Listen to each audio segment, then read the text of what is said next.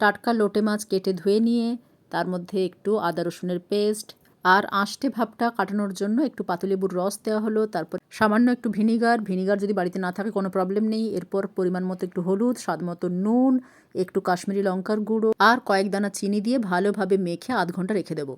অন্যদিকে আরেকটা বাটির মধ্যে লেই বানানোর জন্য কিছুটা ময়দা, কয়েক দানা চিনি, সামান্য একটু বেকিং পাউডার, একটু কর্নফ্লাওয়ার, পরিমাণ মতো হলুদ, কাশ্মীরি লঙ্কার গুঁড়ো, গোলমরিচ গুঁড়ো, জিরে গুঁড়ো, ধনে গুঁড়ো, গরম মশলা গুঁড়ো, স্বাদ মতো নুন দিয়ে অল্প অল্প জল দিয়ে কাঁটা চামচের সাহায্যে ভালোভাবে মিশিয়ে নেবো যাতে দলা পাকিয়ে না থাকে। এইরকম একটা লেই তৈরি হয়ে গেলে এবার আমরা তেল গরম করব। ওই লেইয়ের মধ্যে আগের থেকে ম্যারিনেট করে রাখা মাছগুলো এক একটা করে ভালোভাবে ডুবিয়ে ছেড়ে দেবো তেলের মধ্যে। এবার আর কি মাঝারি আঁচে ভালোভাবে লালচে করে মচমচে করে ভেজে তুলে নাও।